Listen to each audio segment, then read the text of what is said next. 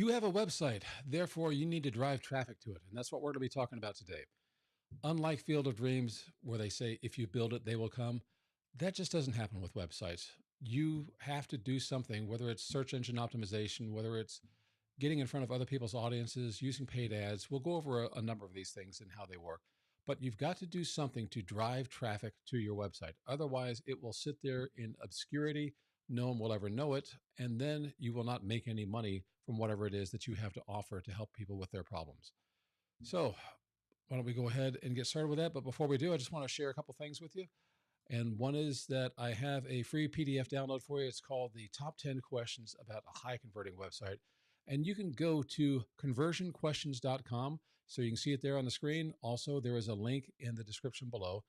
And it's free. It's a good resource for you. So I highly recommend you get it because obviously I created it just for you. All right, with that out of the way, let's go ahead and get into our presentation for the day and talk about how to drive traffic to your website. So I've got four ways here to drive traffic. And these are, in my opinion, the four most popular ways. There may be something else that I haven't considered here, but I think this will give you a good idea of what you can do. So the first one we talked about was search engine optimization, or SEO as it's commonly referred to. Social media marketing, which is exactly what I'm doing here in a way. I'm trying to get traffic to my website. I'm using YouTube. I also have YouTube shorts that go out daily and Instagram reels. Who knows? I may expand that, but there are benefits to doing social media marketing. You can get in front of somebody else's audience. There's a number of ways to do that, and we'll talk about this. But basically, if someone else will let you speak to their audience, first off, that's high praise that they believe in you. And then they already have an engaged audience and you get a chance to speak to them, you may be able to convert them over. But it depends on how you do this. The last one, and my least favorite probably, is to pay for ads. Advertising is an age old method of getting attention. It has its pros and cons. And I think for all of these, there are pros and cons. And we're going to kind of discuss that as we go on here. So, what do you know? The next slide says there are pros and cons. Don't you love it when I kind of say what's coming up before I say it? Let's talk about search engine optimization before we get into any of the other ones. And why do you want to use search engine optimization? It's free and cost effective. Now, you notice I put the word free in quotes. The truth is, you can spend a lot of money on tools for search engine optimization, and it can also take a lot of your time. So it is free. In other words, you're not paying somebody for the privilege of putting your message out there, but it may cost you to put in the time and research necessary to make it work. Most people use search engines to find solutions. If you have an offer, chances are that offer helps somebody solve their problem.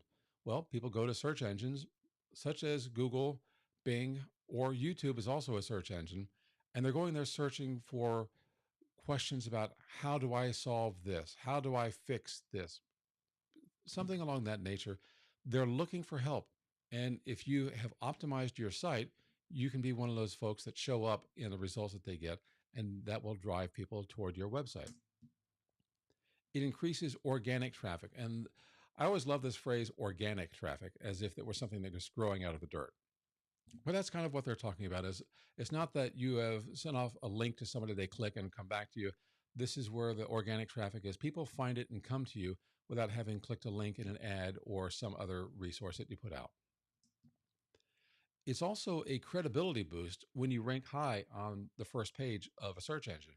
And that's true. If you look at the statistics, they tell us that 75% of people never go beyond the first page of Google because they figure, all right, the best answers are here. So if you're ranking on the first page of a search engine, that is your credibility boost. And that is something to be proud of, honestly. It means that you're respected. You probably got backlinks from other people. Those are citations that say you're authoritative for whatever it is this article is about.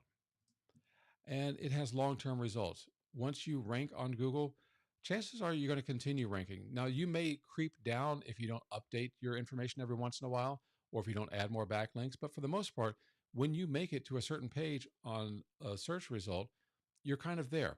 And there are little things that you may need to do to maintain that position. But your authority and other backlinks to that page, the fact that you're on the first page really means that other people do want to link to you. That helps maintain your status. So it does have long-term results. And I'll say this: search engine optimization also helps you improve the user experience of your site. What do I mean by that? If you want to rank there, you need to have a good experience for people. If people go to your page and they immediately bounce off, that is a bad user experience signal that goes back to Google and you won't rank as well. User experience signals could be: how fast does your page load? How does it look? Does it give them the information that they want quickly and easily? Does it solve their problem? Google doesn't care about your web page. Google cares about the people who are doing searches. Those are the customers for Google and other search engines. So if you're helping them with help their customers, so if you're helping Google help their customers by giving them a good result of what they searched for, that's good for Google, it's good for the customer, and it's good for you, which means that's why it kind of forces you to create a good user experience. And you also have a targeted audience selection using keywords. Keywords are obviously the phrases that people use to search, and you can rank for specific keywords, and that's how you target your audience. You don't want to rank for everything and anything because that's meaningless. You want to rank for something specific. And long tail keywords, which are probably three or four or more words strung together in a search query, are probably your best bet for ranking. There's not as much competition. So if you look for email, there's going to be a ton of competition for that. There's going to be sites that rank on the first page of Google that have much more authority than most other websites do for that keyword. It's going to be hard to rank for that. But if you search for something, best email service providers for home-based businesses, that's a long tail keyword, you're going to have a much better chance of ranking for that. And you're going to find people who are specifically looking for that kind of information. So that is how you target with keywords, primarily using long tail keywords to niche down your market and what problem they have. All right, so there are downsides to search engine optimization. It takes a lot of time and effort. And I know this because I've done it. I've done a lot of work with search engine optimization. I've reached the front page of Google for some of these things, and the results are uncertain. Just because you reach the front page doesn't necessarily mean that you're going to make a fortune. Some of these things get to the front page, but the audience is, depending upon how you structure your keywords, the intent may not necessarily be to purchase something or to fix the problem that they have. There are different stages of a buying decision. There's kind of the top of the funnel where you're curious about things. There's the middle of the funnel where you're looking for various solutions. And then the bottom of the funnel is like, okay, I am ready to buy. That's when they're looking for specific reviews or links that says buy now. The middle of the funnel would probably be something like a list post, like these are the best products or services in this criteria. And that's a good place to be if you want to do affiliate marketing. Top of the funnel, they're looking for information posts. So that's where you kind of get somebody into your radar that they're not ready to buy yet, but they're ready to learn. And that's where you have informative posts for that top of the funnel. The middle of the funnel, as I said, would be your list posts, and then your reviews would be the bottom of the funnel. Somebody's ready to make a purchase decision. And a good thing to do is for your middle of the funnel, have links to your reviews in each section, where you're talking about a specific service or product that goes to your review. So if they make a decision that they're ready to buy something based on looking at all the best of options, they see your review, that kind of seals the deal for them, and they'll buy from your link. So for affiliate marketing, that's why the results are uncertain, because the search intent varies. And if you don't understand search intent, you're not going to get the right people to your website and to the page that you're trying to get them to make a conversion.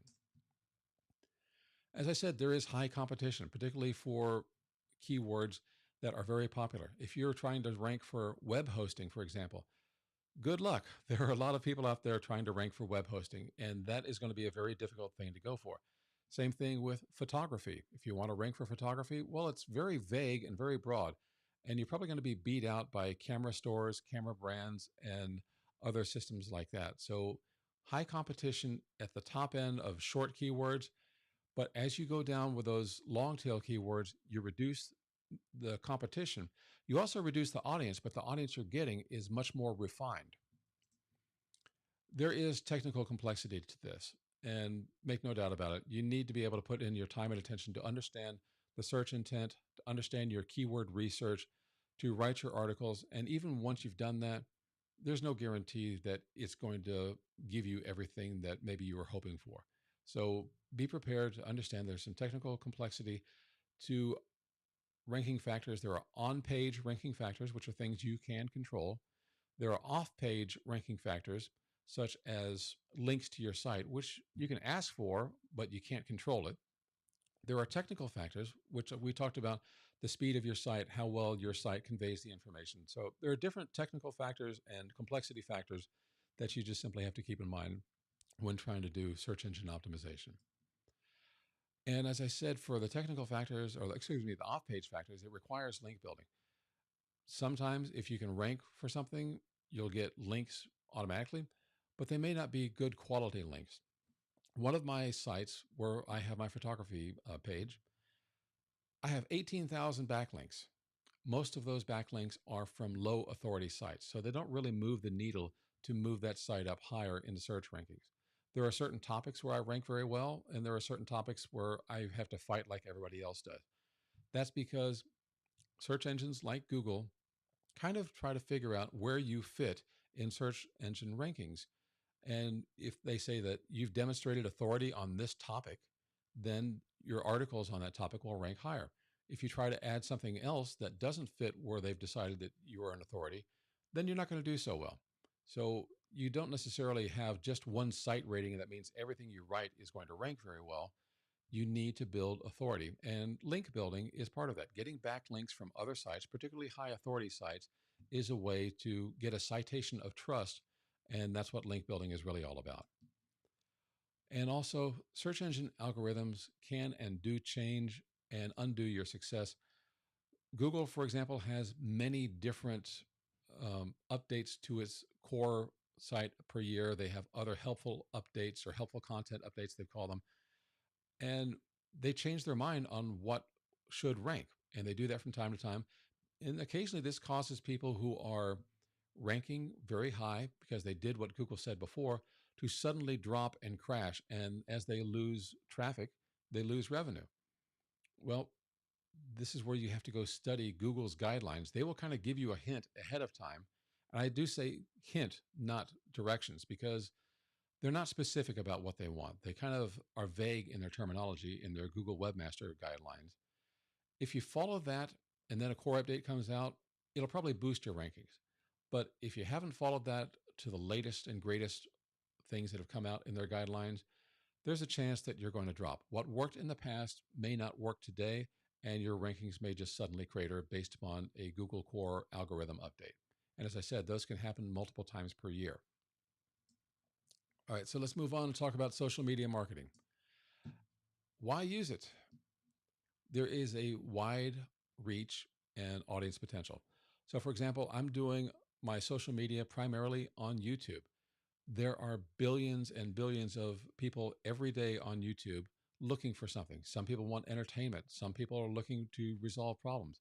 There's a big audience out here. At least the potential is here for that. But like all things, you have to work at it. You can build brand awareness. So I'm coming off and I'm doing my live shows every Thursday, with exception if I'm out of town or something like that, or Thanksgiving comes around on a Thursday. But also I can do YouTube shorts, which I can do daily. And those are just quick bites to give useful information.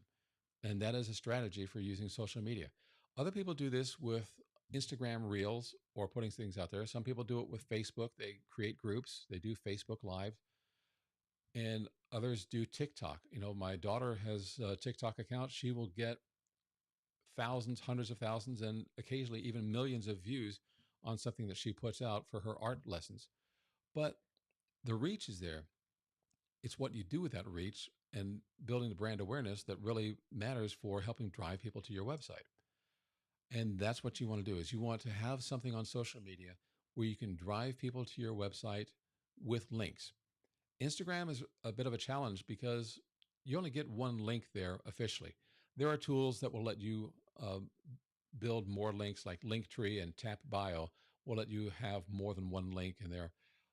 But it's always in your bio, not necessarily in the information. So that's why on Instagram, you'll hear people say, link is in the bio. And then you got to figure out what is the most important place where you want to drive somebody to that link.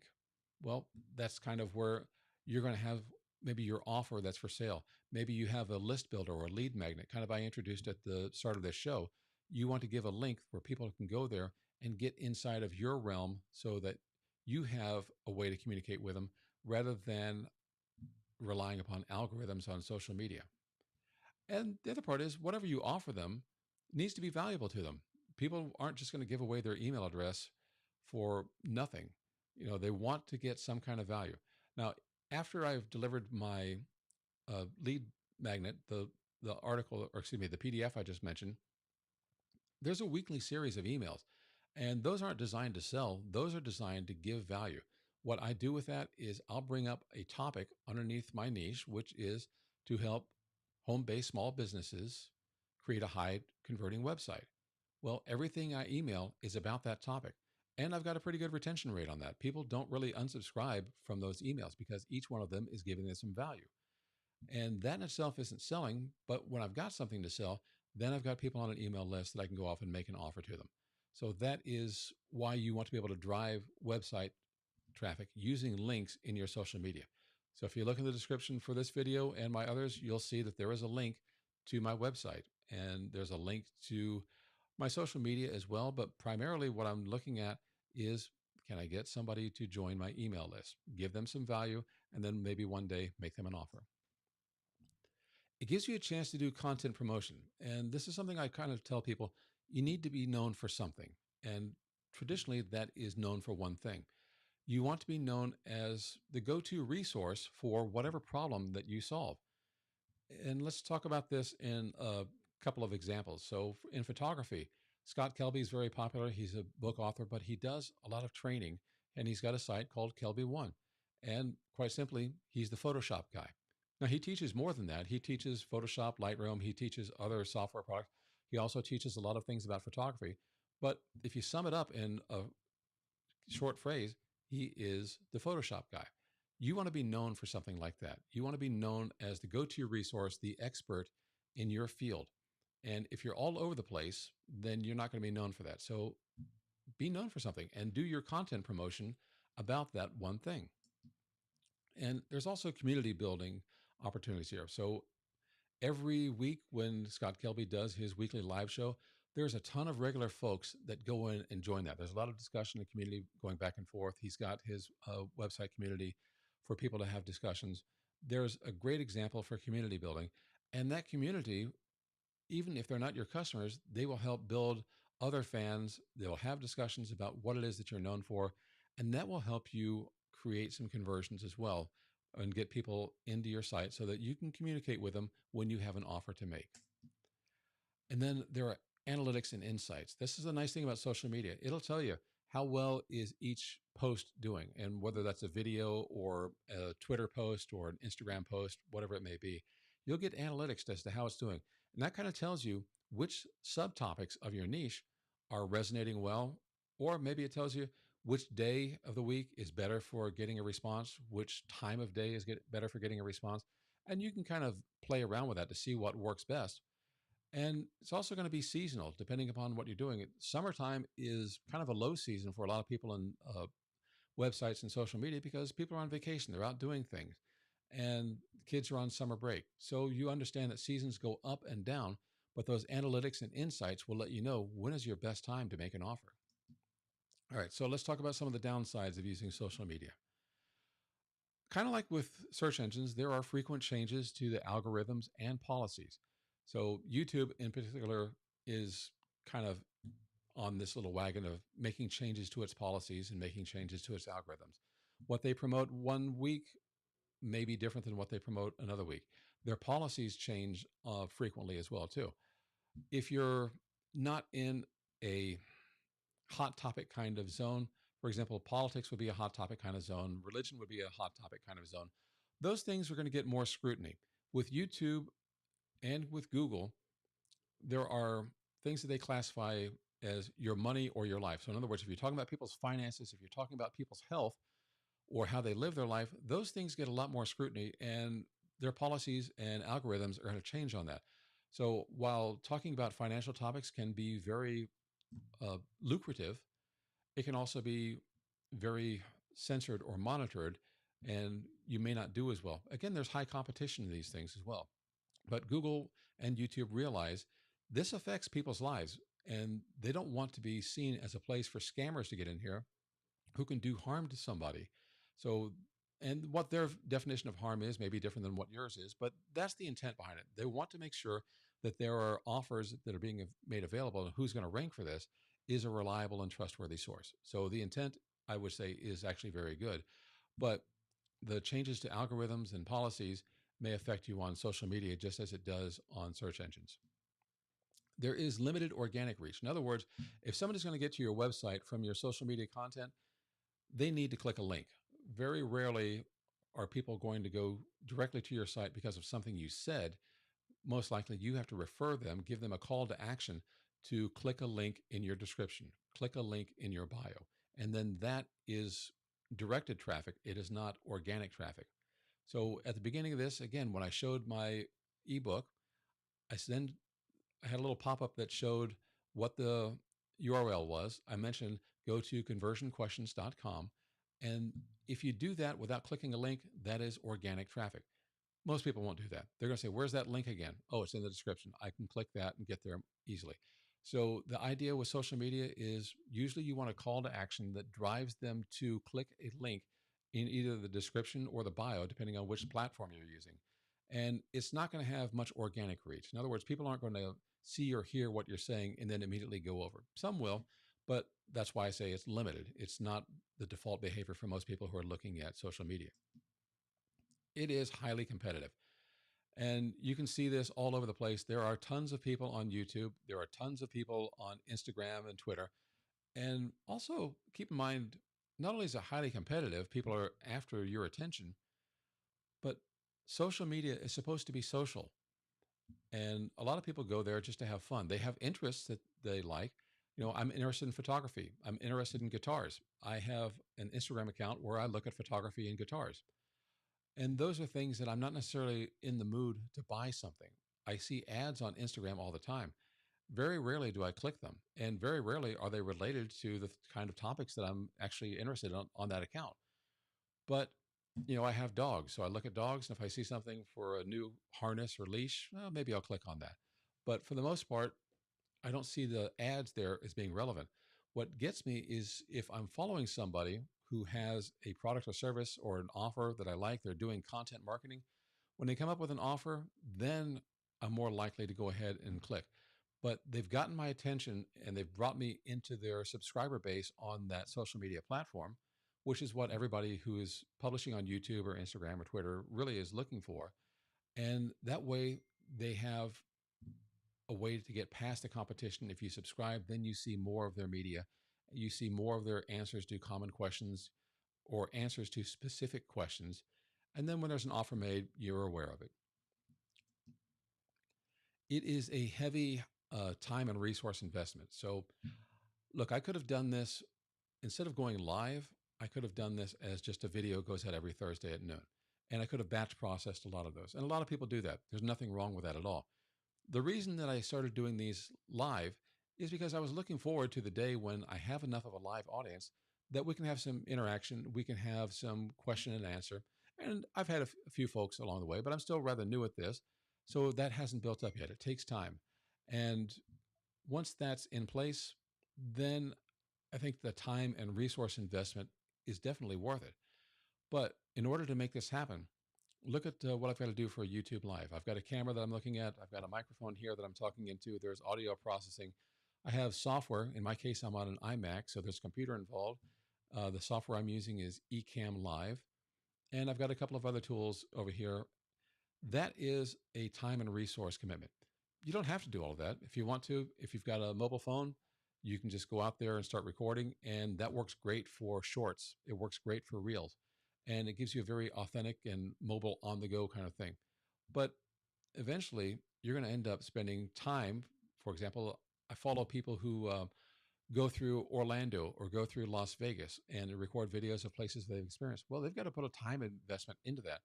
And if they're reviewing restaurants, they've got to put money into all this food that they're eating. I don't know how they don't gain a lot of weight, but that's okay. So they're driving around, they're going visiting places, they're showing you the world that they live in, and they're consuming products just to give you something to see on YouTube, and that's how they're building their business. That is heavy time and resource investment. You also have limited control over the user experience. You don't know what the algorithm is going to show. Facebook likes to promote ads more than it likes to show your people that you're following. So if you put something on Facebook, it's going to say, hey, do you want to boost this? In other words, do you want to pay to let more people see it? Just because you follow somebody on Facebook doesn't mean you're going to see every post or article that they make. Chances are you certainly won't, because they hold stuff back and they also put it out of order. LinkedIn, I think, is one of the worst for this. I'll see something today on LinkedIn that was posted 2 weeks ago. I thought, I'm following this person, I'm subscribed. Why am I not seeing it when they come up? Well, that is the algorithm, and that is why you don't really have control over the user experience as someone who is doing content marketing or creating content on another person's platform. And then there are also privacy and data protection concerns. Some people won't use Facebook because of the privacy concerns. Facebook, or Meta, came out with its competitor to Instagram called Threads.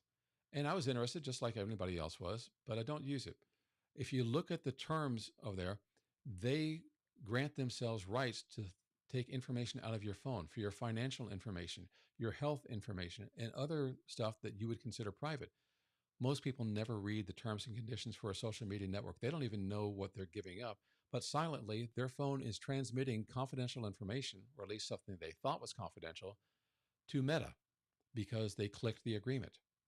So there are some people who don't want to use social media because they don't want to be tracked. They don't want to have their information siphoned off, and there's no way to do it. And the other problem with Threads is that you can't delete your Threads account without also deleting your Instagram account. So they've really kind of backed you into a corner. And I don't have that app on my phone anymore. I kind of wish I had read the terms and conditions before I signed up for it. But live and learn. All right, so let's talk about getting in front of someone else's audience. And here are a few ways that you can do that. Guest posting articles. Now, this is going to have two benefits. We talked about search engine optimization, where you need to build backlinks. Guest posting is a great way to build backlinks. And you want to guest post for something that is relative to your niche or to whatever your offer is. But in terms of getting in front of somebody else's audience, guest posting works to get people to your website. And not just the links that you put inside of the body of the text. That's kind of like for getting authority. You want to have your bio close to the bottom of the article. So people read your article, they look at you as an expert or authority in your niche. And then that's where you put in a link to your website. Also a link maybe to your lead builder. If you want them to go to your YouTube or social media channel, you could put that in there. Now, you're not going to have a ton of links in your bio, one or two perhaps. But what's most important to you for this article? Where do you want to drive the traffic? And in most cases, I want to drive the traffic to my website because that's where I'm set up to receive visitors, to get them on my email list, to sell them a product, to convert them from a visitor to a lead or a customer. And that's something you can do with guest posting. You write about things that are relevant to your niche, but you're using somebody else's audience. So in my case, I may want to try to write for Forbes, for entrepreneur.com, for Business Insider, Inc. magazine. Business related websites and magazines are where I'm going to want to go. And in my case, I'm looking at the websites, not so much the magazines, because that's where people can take quick action and then they can click on your link and go to your site. And that's the way you drive traffic. Now, something you want to be careful about and look for before you pitch an editor on one of these sites is, what is the gap between your last paragraph and your bio? Some sites will have other things like read more, or here's like 4 or 5 related articles. They may have advertisements, and then further down is your bio. Well, the problem with that is when people are done with the article, if they don't see your bio right away, they may not even know it's further down, and they may not scroll down to click those links. And if you have people reading this on mobile, the gap between the last sentence in your article past the links that the website puts in there and the ads before they get to your bio, they're just not going to go there because they're not anticipating that. They want them to read the article. If they want to know more about you, Well, that information is buried further down off the visible page. So when you're going to do guest posting, I would look for sites where your bio that has your links is right after the last sentence of your article. And that's just something to keep in mind for guest posting. So you got two benefits. If you can get people to click your links, which does work, and also if you can get some search engine optimization from a high authority site. I mentioned Scott Kelby before. A couple of months ago, I wrote a guest post article for him. And, it was lengthy. It was helpful. I did not try to sell anything in there. And then my bio was down at the bottom. The next day, I've got a couple thousand visitors that hadn't looked at me before. So that's where not only do you want to have these guest posting articles, you get the backlink, you get the traffic, but you want to be prepared to receive them. Another option is to be a guest on a podcast. And there are a couple of websites where you can sign up to be a guest on various podcasts. And those places will try to match podcast hosts with potential podcast guests. If you are a fan of a podcast and you think it fits your niche, you can use their contact information to get in touch with them, and that could be helpful. But if you can be a guest on somebody's podcast, then you reach their audience. I used to listen to Pat Flynn's Smart Passive Income podcast regularly. And every week it seemed he would have a guest on there. And I didn't realize it at the time, but he didn't have to necessarily go out and look for all these people. They were coming to him. They wanted to be featured in front of his audience. So he probably had more people asking to be on his podcast because he had a popular podcast that was had a large audience than what obviously these other people did. So people are beating a path to his door to be a guest on his podcast. So that also gives them a bit of a credibility boost. If you're going to share somebody with your audience, you better believe in them. You better think that they have something good to offer and they will be good for your audience. So that is another way to get in front of somebody else's audience. There are influencer collaborations. And I hate to use the word influencer because I think that word is kind of going out of favor these days. But let's take a look on YouTube, Instagram, and TikTok. There's someone else I follow. It's Modern Millie. And she gives off a lot of information and hints and tips about how to use those social media platforms and videos. And she can also do collaborations with other influencers. So, for example, the reason I found her was I watched Think Media on YouTube, and they were at a conference and they did interviews with different people who have YouTube channels. Well, Millie from It's Modern Millie was one of the people they interviewed. That's how I found her. And because of that collaboration, I got brought over into her world. So I'm kind of having mixed emotions about it. First off, I think she has very good information. Her presentation style is younger than mine. I'm an old man coming up on 60 years old, and she is much younger. So some of the things she does isn't necessarily the way my generation does things, but the information is good and it's helpful, it's useful, and I'm happy to be one of her subscribers. I don't do TikTok, but I do YouTube and Reels, and I'm trying to take the information that she's sharing and the tips that she's sharing and implement them into what I do for my shorts and Reels. So those influencer collaborations are a way to get in front of somebody else's audience. By doing that interview with Sean Cannell on Think Media, she got in front of his audience. I discovered her, and now I'm in her audience. She does another collaboration with somebody else. I may get in front of their audience as well too.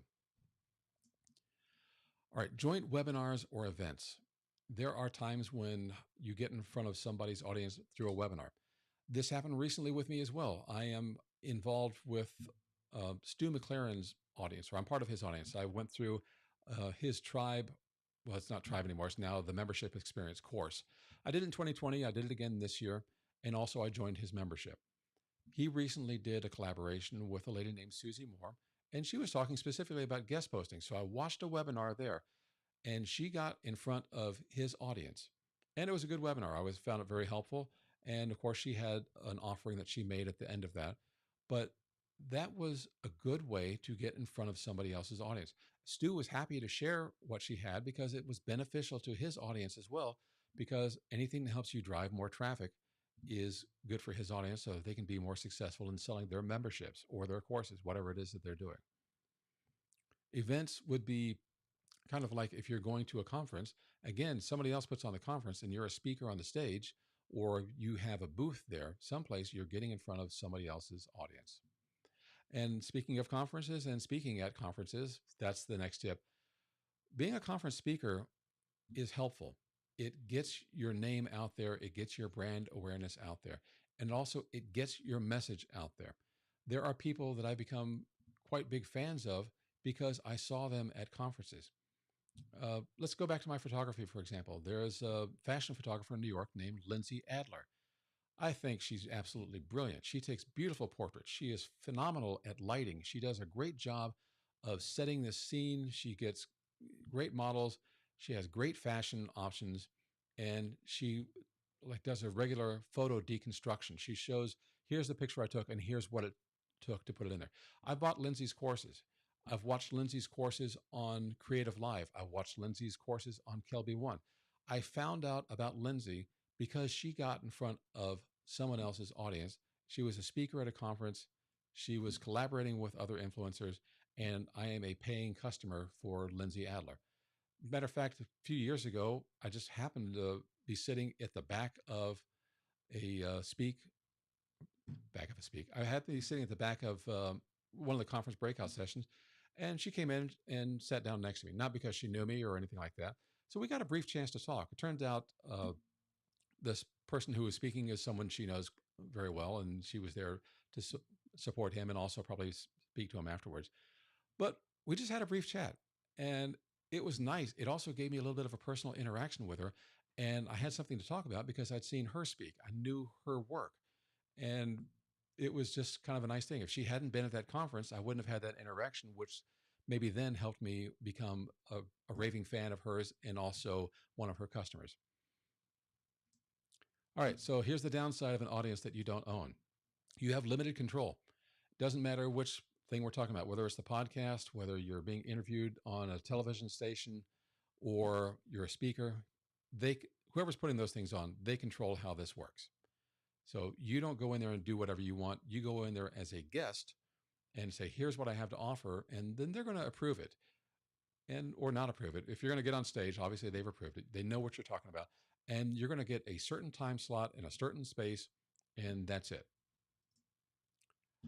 You have to watch out for relevance and alignment. You may find some people who will give you a spot on their podcast that just doesn't align very well or isn't very relevant to what your offer is. And that's because not everybody who does a podcast is really good at marketing and business. And in fact, a lot of them aren't. I used to be one of those people too. And the thing is, you want to make sure that you're appearing in front of an audience that is relevant to your niche. It does their interests align with what you have to offer. It could be that what you have to offer is a subset of what they're talking about, or it is related. I go back to photography again. I think about wedding photography.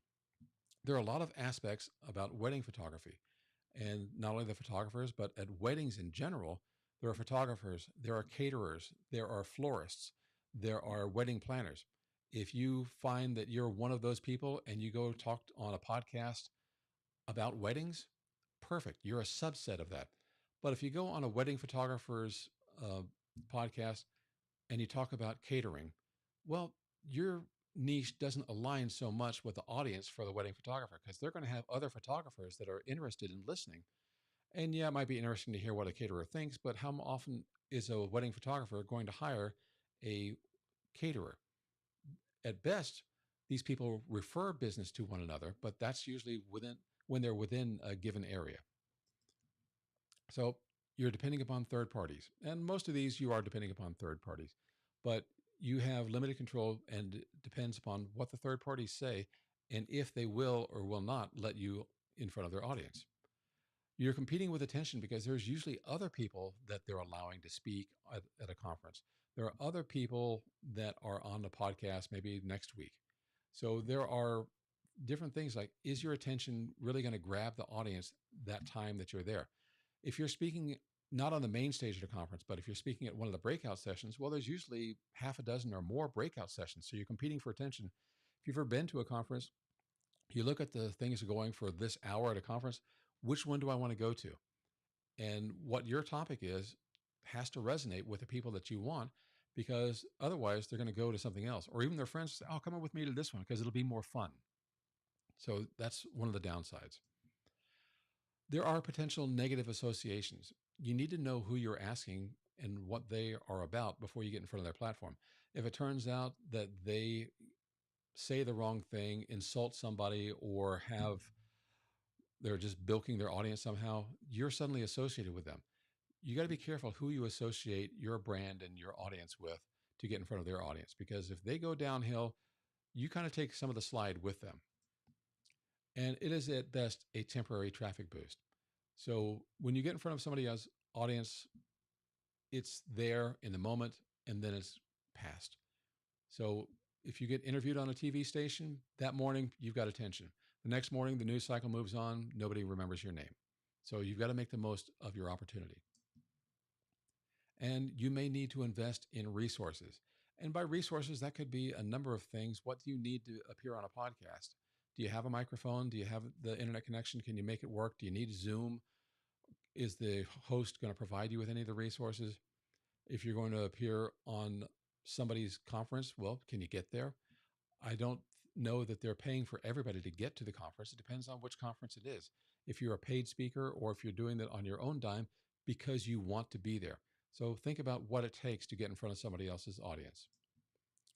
All right, my least favorite. Let's talk about paid ads. Why use them? And there are immediate results. And it's very simple. You can set up an ad, you can pay for it. When somebody clicks on it, they go to your website, you get immediate results. They go to whatever your offer is. And advertisements, they work very well for a lot of people, but you have to be careful with them. We'll talk about that in a little bit. You can target a specific audience. So if you're looking at, let's say, Facebook ads or Google ads, they will give you criteria. What is the age range of your audience? Where are they geographically located? What are their interests? Are they male or female? So you can use a number of factors to present your ad to your targeted audience. And maybe you can use this even to target your competitor's audience and put your ad in front of them. People do that on YouTube all the time. And you get control over the ad campaigns because you're creating the campaign. You're the one who shows or decides what shows up on that ad. And whether it's good or not, it's entirely up to you. So you need to understand what you're doing. So that control is kind of a double-edged sword. Yes, you can control it, but if you don't know what you're doing, it may not convert well. And of course, you get detailed tracking and analytics. All of these ad platforms know that in order to get paid, they have to share what's working and what's not. So that is a real benefit to paid ads, is that you get tracking and analytics. And also you get brand awareness and visibility. And I say that because not everybody who sees an ad for the first time is going to click it. There are some ads that I've seen a dozen times before I finally click on it because, okay, they finally got my curiosity. I've seen this over and over. And usually I just skip right past them. It's very easy to flick past an ad on Instagram or Facebook. But if you see something often enough, maybe there's some part of it that resonates with you. You were targeted for a reason, but it might take multiple views before you're even willing to click on that ad. So that don't think that there's anything wrong with that brand awareness or visibility, because sometimes people aren't in the market for what you're selling, but then some problem appears in their life that, oh, I need this. Wait a minute, I remember this ad. And then that's when they go look for you. And then you get retargeting opportunities. So if somebody clicks, they didn't buy, well, now you know people who didn't buy the first time. Maybe you can craft a different message, retarget them, and show another ad that maybe has a better chance of converting. So that is a wonderful thing that you don't get with these other types of driving traffic that we've talked about. All right, here's the downsides. And the first one is this can be very expensive. Some ads cost more than others. It depends on your market, what you're offering, and who you're targeting. People have ad blockers, so they don't even see your ads. They may be within your target, but they're blocking ads out because, quite honestly, they're sick and tired of them. People get ad fatigue and blindness. I mentioned this as I just flick right past a lot of ads. Or you don't even pay attention to them because it's not what you're looking for. They are interruptive, and people get tired of being interrupted, so they just get fatigued by it. They look right past it. It could be right in front of their face, and they don't even notice it. And then there is ad and click fraud. This is where people are clicking your ads with no intention to buy, but you have to pay per click. And this is a problem that if somebody says, I'm tired of seeing your ads, okay, I know that you have to pay per click. I'm going to start clicking over and over and over again. And it's kind of a really lousy thing to do to somebody, but it does happen. And then there are dependencies on ad platforms and their policies. You can't advertise just anything that you want. I found on Facebook an ad that came up that was outrageously offensive. and sexual. I reported it. They took the ad down. So it was something that I didn't want to see. It was gross and disgusting to me. And I didn't think it really was relevant to Facebook because, for better or worse, they do try to keep it family friendly for their advertisements. And this one clearly was not. So that got shut down right away. So you're dependent upon the ad platforms and their policies. Again, their policies may not be about something that is that blatantly offensive. It might be about hot button topics. And we kind of talked about that earlier. So it could be religion, politics, or what have you. If you fit the market for what profile for what you're targeting, it may be all right. If not, it may get taken down. Depends upon the ad platform. But you need to understand their policies and what they do and don't allow and which way they lean. All right. And also, you have temporary results. So, yes, you can get immediate results from an ad, but if you don't keep running those ads, well, then once that ad is over, you don't see it again, it's not effective anymore. The ad is only effective as long as somebody's seeing it. All right. So, I have a few parting thoughts here. You don't have to do all of these options. Pick one, start with one, see how it goes. And then you expand when you're ready. So I started off with this weekly live show. Then I expanded to YouTube Shorts, then Instagram Reels. That's enough for me right now. I may go do other things. In fact, I know that I will do other things. For example, guest posting. I'm very comfortable with writing, and I'll be doing guest posting for websites and magazines that are within my niche. I've done guest posting before, as I mentioned, with the Scott Kelby blog and a few others. That was in my photography side. I will be doing some more guest posting for Suburbia Press. And that is something that I'm expanding into, but I'm still continuing on with YouTube kind of as my primary outlet for the content marketing. All right. So my current favorites, social media content marketing. What I'm doing right now is exactly that. I am sharing the knowledge that I have, which relates to the offer that I have, which currently is my membership, and upcoming is a course on how to create a high converting website. And everything relates to that. So talking about driving traffic relates to that. That's the information that I put out on social media. So what I'm trying to do is demonstrate that I have expertise and some authority in that field, and that I can be helpful for folks that maybe they'll want to buy my course. Maybe they'll want to join my membership. So those are things that the social media content marketing is doing for you. Guest posting is another way, really, of doing the same thing. I am going to write about topics that are the same things that I'm sharing here. The difference is I'm using a different format, reaching a different audience to share the same message. Search engine optimization. Again, what I'm going to do is create articles on my website and optimize them for what I want to be known for. Again, it's how to create a high converting website. People who are not interested in that are going to glaze right over this. They're going to pass it by, and that's okay because they would never be my customers. All this is very targeted for your one thing. And just remember, promotion never ends. You have to keep feeding the monster. And you always have to feed the monster. I don't care if it's paid ads, because like I said, if you have an ad and it goes away, it's no longer effective. If you appear on a podcast, it's good for the time that the podcast is out. And maybe some people will find it later, but usually it's when the podcast comes out that you get the most effect out of it. Search engine optimization, you have to do more than just write a brilliant article. You've got to get backlinks to it. Also, there's this thing called topical authority, where search engines want to know that you have multiple articles around the same topic, and those kind of link up and support the one that you want to rank high.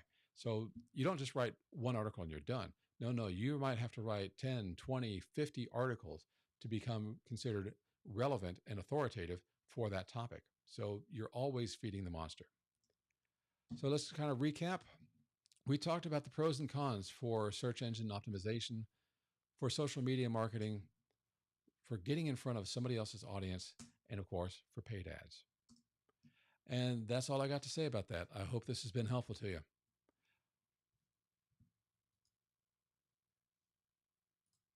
And there's my screw up for this session. All right. I really enjoyed this one. I think that driving traffic is a wonderful thing to do. In the future, we're going to talk about what you do once you receive that traffic, because driving traffic without a plan to capture it and convert it is a lot of effort for nothing. And I know because I've done that in the past too. But now I can show you some ideas, and we'll do that in a future video. See you again on next Thursday.